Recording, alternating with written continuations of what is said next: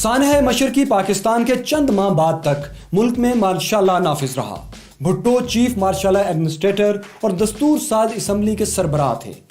پاکستان کے 90,000 فوجی اور مغربی پاکستان کا 13,000 مربع کلومیٹر کا علاقہ بھارتی قبضے میں تھا۔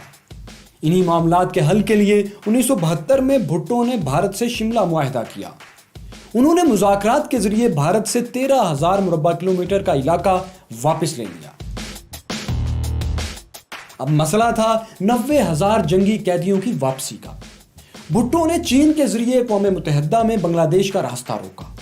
انہوں نے بھارت سے مذاکرات کیے کہ اگر انڈیا پاکستانی قیدی رہا کر دے تو چین اقوام متحدہ میں بنگلہ دیش کا راستہ نہیں روکے گا۔ یہ دباؤ کام کر گیا اور پاکستان کے 90,000 قیدی رہا ہو کر وطن واپس آ گئے۔ 71 کی جنگ میں امریکہ نے چونکہ پاکستان کی کوئی مدد نہیں کی تھی، اس لیے پاکستان نے امریکہ سے کیے گئے سیٹوں اور سینٹوں کے معاہدے توڑ دیے۔ لیکن پاکستان کو طاقتور عالمی اتحادی تو چاہیے تھے۔ اس کے لیے بھٹو نے اسلامی ممالک کا اتحاد بنانا شروع کیا۔ 1974 میں لاہور میں اسلامی سربراہی کانفرنس منعقد ہوئی۔ اسی برس پاکستان نے بنگلہ دیش کو تسلیم کر لیا اور دونوں ممالک کے تعلقات کا ایک نیا آغاز ہوا۔ بھٹو کی سب سے بڑی کامیابی پاکستان کا متفق کا آئین تیار کرنا تھا۔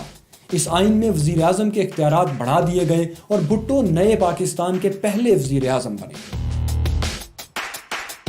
بھٹو دور کا ایک اور اہم واقعہ یہ تھا کہ انہوں نے ایوب دور اور اس سے پہلے لگنے والی صنعتوں اور اداروں کو سرکاری تحویل میں لے لیا، جس کا عملی نتیجہ اچھا نہیں رہا اور صنعتیں تباہ ہونے لگیں۔ صنعتیں بہتر کرنے کے لیے بھٹو نے روس سے بہتر تعلقات بنائے اور مدد طلب کی۔ پاکستان سٹیل ملز بھی بھٹو دور میں بنائی گئی، جبکہ ایوب دور میں شروع ہونے والا تربیلا ڈیم بھی اسی دور میں مکمل ہوا۔ آئین کی تیاری کے بعد بھٹو کا دوسرا سب سے بڑا کارنامہ ایٹمی پروگرام کی بنیاد رکھنا تھا۔ ان کا نعرہ گھاس کھا لیں گے لیکن ایٹم بم ضرور بنائیں گے عوام میں بہت مقبول ہوا۔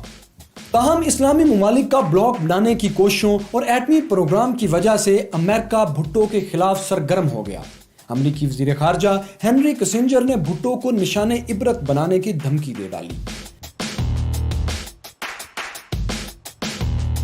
اپنے دور اقتدار کے آخری سال بھٹو سے ایک تاریخی غلطی ہوئی۔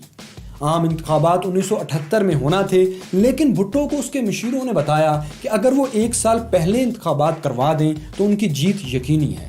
اس طرح وہ مزید 5 سال حکومت کر سکیں گے۔ بھٹو کے مقابلے میں اپوزیشن کا مشترکہ اتحاد PNA میدان میں آیا۔ بھٹو نے واضح طور پر میدان مار لیا اور 155 نشستیں جیت لی۔ اپوزیشن کے ہاتھ صرف 36 سیٹیں آئیں۔ پیپلز پارٹی جیت تو گئی لیکن انتخابات پر دھاندلی کا الزام لگ گیا۔ PNA دھاندلی کے خلاف احتجاج کرتے ہوئے سڑکوں پر نکل آئی۔ یہ سیاسی تحریک دیکھتے ہی دیکھتے مذہبی رنگ میں رنگ گئی اور وہ تحریک جو دھاندلی کے خلاف شروع ہوئی تھی تحریک نظام مصطفیٰ میں تبدیل ہو گئی۔ اس تحریک کے نتیجے میں نظام مصطفیٰ تو نہ آیا لیکن ضیاء الحق آ گیا۔ مسٹر بھٹو کی حکومت ختم ہو چکی ہے۔ سارے ملک میں مارشل لا نافذ کر دیا گیا ہے۔ قومی اور صوبائی اسمبلیاں توڑ دی گئی ہیں۔ صوبائی گورنر اور وزیر ہٹا دیے گئے۔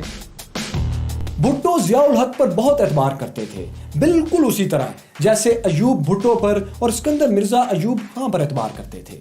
تاریخ کا ستم دیکھیے کہ ضیاء نے بھٹو کو، بھٹو نے ایوب کو اور ایوب نے اسکندر مرزا کو دھوکہ دیا۔ سچ ہے طاقت کے کھیل میں اخلاقیات نام کا کوئی ہتھیار نہیں ہوتا۔ ضیاء نے مارشل لا نافذ کرتے ہوئے بھٹو کو گرفتار کر لیا۔ بھٹو کو رضا قصوری قتل کے ایک بہت کمزور مقدمے میں سزائے موت سنا دی گئی۔ رضا قصوری مشرف کے قریبی ساتھی احمد رضا قصوری کے والد تھے۔ 4 اپریل 1979 کو بھٹو کو راولپنڈی ڈسٹرکٹ جیل میں پھانسی پر لٹکا دیا گیا۔ ظلم کی انتہا یہ تھی کہ پھانسی سے قبل آخری ملاقات میں بیٹی کو باپ کے گلے بھی نہیں لگنے دیا گیا اور پھانسی کے بعد کسی رشتہ دار کو آخری دیدار تک نہیں کرنے دیا گیا۔ لیکن آج حال یہ ہے کہ بھٹو کی عدالتی موت کو عدالتی قتل سمجھا جاتا ہے۔ وہ روس جو بھٹو کے دور میں پاکستان کا دوست بننے جا رہا تھا اچانک دشمن کیسے بن گیا؟ پاکستان میں منشیات اور دہشت گردی کا ناسور کیسے پیدا ہوا؟ نواز شریف اور بے نظیر پاکستانی سیاست میں کیسے وارد ہوئے؟ یہ جاننے کے لیے اگلی قسط دیکھیے اور دیکھو سنو جانو کو سبسکرائب کرنا مت بھولیے۔ اگر اس ویڈیو نے آپ کی معلومات میں اضافہ کیا تو لائک، کمنٹس اور شیئر بھی ضرور کیجئے تاکہ ہم اس سلسلے کو جاری رکھ سکیں اور بہتر سے بہتر بنا سکیں۔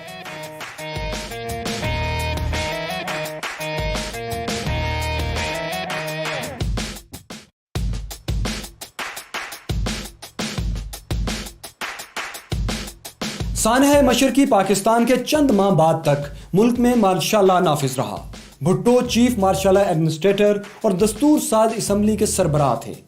پاکستان کے 90,000 فوجی اور مغربی پاکستان کا 13,000 مربع کلومیٹر کا علاقہ بھارتی قبضے میں تھا۔ انہی معاملات کے حل کے لیے 1972 میں بھٹو نے بھارت سے شملہ معاہدہ کیا۔ انہوں نے مذاکرات کے ذریعے بھارت سے 13,000 مربع کلومیٹر کا علاقہ واپس لے لیا۔ اب مسئلہ تھا 90,000 جنگی قیدیوں کی واپسی کا۔